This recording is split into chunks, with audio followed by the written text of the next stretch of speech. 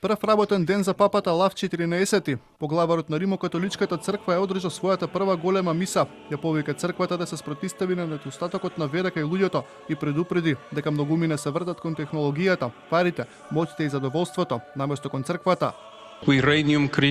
Недостатокот на вера често е трагично придружен со губење на смислото во животот, занемарување на милосрдието, ужасни повреди на човечкото достоинство, криза на семејството, но и многу други рани што го мачат нашето општество.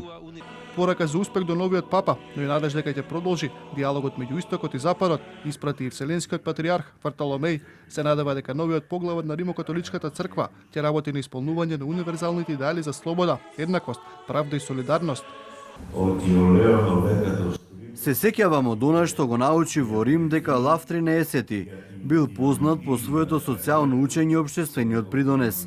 Се надевам дека Лав 14 ќе се поклони пред придонесот на црквата во светот, не само од општествената перспектива, туку со неговата улога и неговите дела, неговиот брат, епископот од Рим, дека ќе понуди одговор на екзистенцијалните проблеми, кои денес продолжуваат да го загрижуваат човештвото.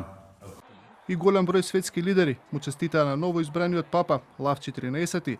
Францускиот председател Емануел Макрон повика да донесе мир во светот, додека пак за новиот германски канцелар Фридрих Мерц папата им дава надеж на милиони верници ширум светот во овие тешки времиња.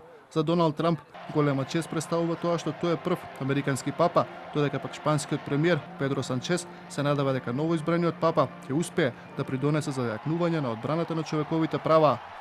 Нека неговиот понтифакт придонесе за зајакнување на диалогот, но и одбраната на човековите права во светот, на кој му се потребни надеж и единство. Кардиналот од Чикаго, Роберт Френсис Превост, по 4 круга гласање беше избран за нов папа на католичката црква по само 24 часа конклава во Систинската капела.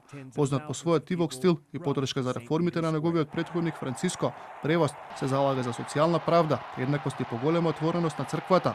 Роден на 14 септември 1955 година во Чикаго, има диплома по математика, магистратура по теологија и докторат по канонско право од Папскиот колеж Свети Тома Акински во Рим.